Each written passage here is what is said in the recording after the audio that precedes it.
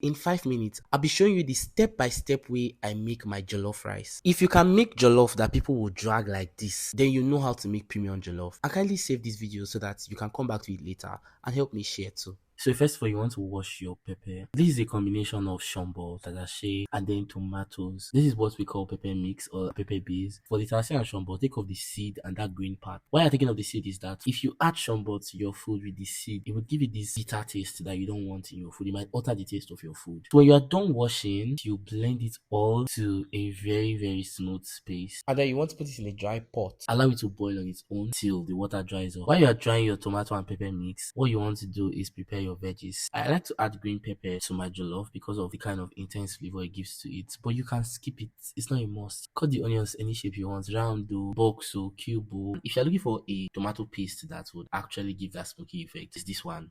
Yes, Gino Party Jollof tomato paste. Honestly, this is not an advert, but I like to use Gino Party Jollof because this one already gives you that smoky feeling you are looking for. I don't know why people add another liquid smoke or have to do too much to get the smoky feeling. So what I want to do here is dilute it. If you follow me for a long time, you'll know that I like to dilute my tomato paste. So yes, after diluting it, I will just set that aside. In another pot, I'm going to season my meat. You can use beef, you can use goat meat, you can use chicken, whichever one you want to use, but I'm using beef. So you want to go in with seasoning cube, you want to go in with salt, you want to go in with bay leaf, you add your curry, a little bit of thyme, and you want to mix that together and allow it to boil on its own. So then you want to wash your rice. And TMC, the reason why we are not parboiling this rice is because this rice is first parboiled. Most of you buy parboiled rice and then you parboil it again and then you now use to cook. Then you end up with soggy rice. Even if your rice is not parboiled, wash the rice. Just wash it. It will help you control the consistency of the rice so that you don't get too soggy. You add little salt. You want to wash that till the water runs clear. So in a frying pan, you want to add your vegetable oil. You want to fry your beef in this. Fry it properly.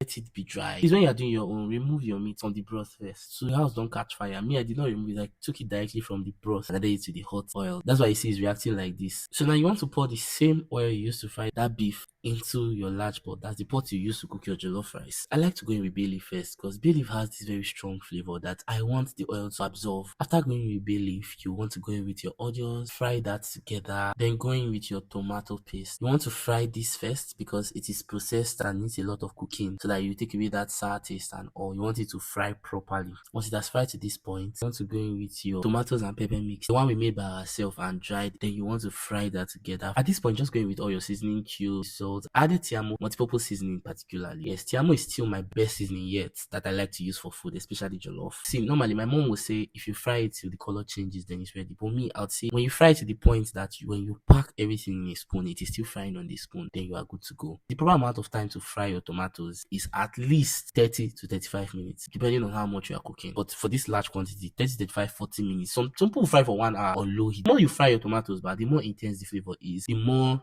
red, the more beautiful your rice will come out. You want to now go in with your washed rice and then mix it. See, allow all part of the rice. Let this stew touch all part of the rice. Mix it together properly. Then you want to go in with your broth. Mix it all together. You want to just put water till it is a little above the rice. And you see, you are not trying to boil the rice till it's done. It's not pottage you are making. That's why I used to get soggy outcome. You just want to allow it to steam.